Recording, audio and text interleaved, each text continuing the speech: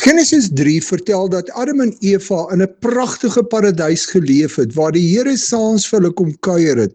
Hulle kies om God se woord aan hulle te verwerp en eerder die duiwel te glo.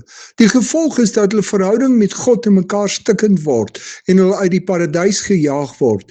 Die wonder van hierdie verhaal is dat God in Genesis 3 vers 15 aan hulle die belofte maak dat daar uit die nageslag van Eva iemand sal kom wat die duiwel se kop sal vermorsel. Dis die belofte dat Jesus Christus sal kom om die vloek van sonde te verbreek, presies wat gebeur het. Ons lees ook in Genesis 3 vers 21, dat die Here vir Adam en Eva velklere maak en dit vir hulle aantrek.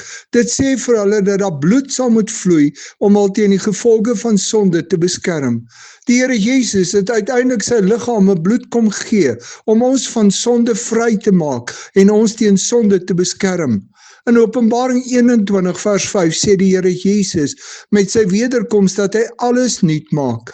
As hy terugkom na ons wêreld, vind die oordeel oor sonde plaas en maak hy alles nuut vir sy kinders.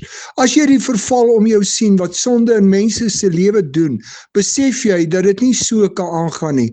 Daar moet 'n dag kom wat God oor sonde gaan oordeel en vir hulle wat in Christus glo 'n nuwe lewe saam met hom gee. Is jy daarvoor gereed? Soos Adam en Eva die velklere moes aantrek om hulle teen die gevolge van sonde te beskerm, het jy al vir Jesus Christus as jou Here en Verlosser aangetrek.